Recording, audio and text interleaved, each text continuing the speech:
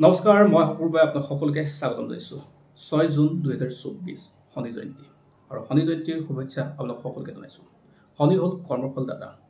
কালপুৰুষ কুণ্ডলীত শনি দশম আৰু একাদশ ভাৱৰ গৰাকী বুলি ধৰা হয়। দশম ভাৱ হ'ল কৰ্ম আৰু একাদশ ভাৱ হ'ল লাভ। আপুনি যি কাম কৰে তাৰ লাভ পাব, গতিকে শনিয়ে দিব।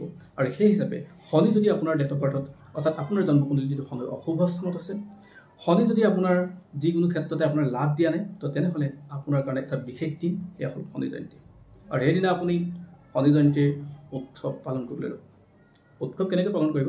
আপুনি শনিৰ প্ৰতিকাৰ কৰি শনিৰ ক্ষেত্ৰত দান বৰঙণি দি আপুনি শনিৰ যি নীতি নিয়ম, শনিয়ে যি ভাল পায় সেই কামবিলাক কৰিলে আপোনাৰ ক্ষেত্ৰত লাভৱান হ'ব। আপুনি কৰিব কি? সাধাৰণতে শনি জয়ন্তী হ'ব 5 জুনৰ সন্ধিয়া 7:53 পৰা 6 জুনলৈ অৰ্থাৎ 6:06 এইখিনি সময় থাকিব। আৰু এই সময়খিনিত আপুনি প্ৰতিকাৰ কৰিলে শনিদেৱ সন্তুষ্ট হ'ব। অৰ্থাৎ শনিদেৱ সন্তুষ্ট কৰিবলৈ হ'লে আপুনি বিভিন্ন কাম কৰিব পাৰে। একেবাৰে সৰু কথা, আপুনি কোনো মানুহক মিছা কথা নক'ব। আপুনি যিমান আপোনাৰ তলৰ কৰ্মচাৰী আছে প্ৰত্যেকৰ লগত এটা সুসম্পৰ্ক বজাই ৰাখক। আপোনাৰ ঘৰত কাম কৰা বাইদেউগৰাকীৰ পৰা আৰম্ভ কৰি সকলো ক্ষেত্ৰতে সকলো কৃষক শ্ৰমিকলৈকে আপুনি তেওঁলোকক সহায়ৰ হাত আগবঢ়াওক। তেওঁলোকৰ লগত সুসম্পৰ্ক বজাই ৰাখক। শনি অট'মেটিক আপোনাৰ কাৰণে শুভ দৃষ্টি দিব। শনিয়ে ধৰি লওক আপোনাৰ জন্মকুণ্ডলীত আপোনাৰ শনিৰ মহাদশা চলি আছে, শনিৰ অন্তৰ্দশা চলি আছে, আপোনাৰ বিভিন্ন ক্ষেত্ৰত সমস্যাৰ সৃষ্টি হৈছে, তেনেহ'লে আপুনি শনিদেৱক পূজা কৰক সেইদিনা। যদি আপোনাৰ শনি চাৰি চাতি চলি আছে, বিশেষকৈ মকৰ ৰাশি, কুম্ভ ৰাশি, মীন ৰাশি জাতক জাতিকাসকলৰ কাৰণে বিশেষ দিন। বৃশ্চিক ৰাশি আৰু কৰ্কট ৰাশিৰ ব্যক্তিসকলৰ ঘায়া চলি আছে, গতিকে তেওঁলোকৰ কাৰণেও উল্লেখযোগ্য দিন। এই সময়খিনিত তেওঁলোকৰ বাহিৰে প্ৰত্যেকজন ব্যক্তিয়ে শনিদেৱক পূজা কৰিব পাৰে। ৰাশি অনুযায়ী কিছুমান প্ৰতিকাৰ এই মুহূৰ্তত কৰিলে যথেষ্ট ভাল হয়। কি কৰিব মই তাক জনাই আছোঁ। কিন্তু এটা কথা কি হয়, শনিদেৱক যিমান পাৰি আপুনি সন্তুষ্ট কৰিবলৈ হ'লে আপুনি কামত এলাহ কৰিলে নহ'ব। শনি কৰ্মফলদাতা আৰু শনি হাৰ্ডৱৰ্কহে পচন্দ কৰে। আলসী প্ৰকৃতিৰ মানুহক শনিয়ে পচন্দ নকৰে। তো গতিকে আপুনি কাম কৰিবলৈ যত্ন কৰিব। আৰু যি কাম কৰে, যিমান পৰিমাণে কাম কৰে, সিমান পৰিমাণে আপুনি ৰিজাল্ট পাব।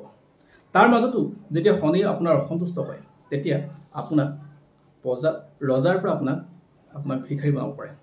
মানুহে কয় যে শনিয়ে আপোনাক দিও চাই নিও চাই।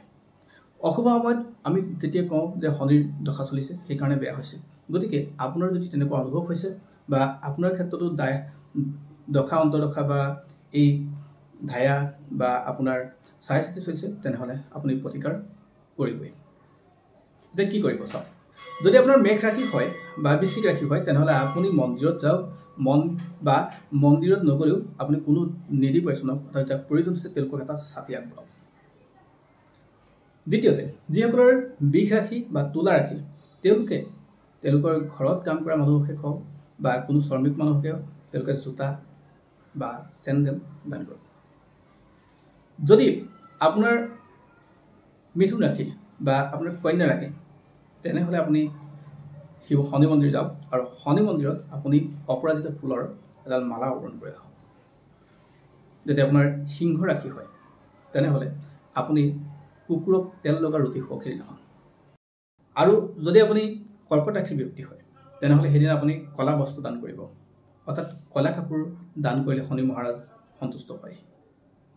যদি আপোনাৰ ধনু ৰাশি হয় বা আপোনাৰ মীন ৰাশি হয়, তেনেহ'লে আপুনি শনি মন্দিৰ গৈ আপুনি তেলৰ চাকি জ্বলাব আৰু তাত থকা ব্যক্তিসকলক আপুনি ভোজন কৰাব। আৰু ঠিক তেনেকৈ যদি আপোনাৰ কুম্ভ আৰু মকৰ ৰাশি, যিকেইটা শনিৰ মূল ৰাশি, তেওঁলোকে সেইদিনাখন শনি মন্দিৰত গৈ শনিৰ চালিচা পঢ়িব, শনি মন্ত্ৰ আওৰাব। আৰু ঠিক তেনেকৈ তেওঁলোকে লৌৰ লগত জড়িত সামগ্ৰী আৰু মাটিমাহ তেওঁলোকে দান কৰিব পাৰে। এই মাটিমাহ বা লো এয়া হ'ল শনিৰ প্ৰধান তেওঁলোকৰ প্ৰিয়। তো গতিকে সেই হিচাপে আপুনি ৰাশি অনুযায়ী যদি দান কৰে, তেনেহ'লে আপোনাৰ আগন্তুক দিনত শনিৰ যি অশুভ প্ৰভাৱ আছে, সেই অশুভ প্ৰভাৱবিলাক আপোনাৰ নাইকিয়া হ'ব।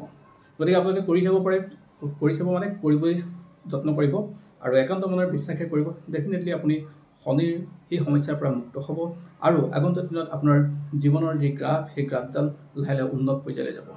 এয়া আছিল আপোনালোকক জনাবলগীয়া। গতিকে শনি জয়ন্তীৰ শুভেচ্ছা পুনৰবাৰ জনাই সামৰিছোঁ।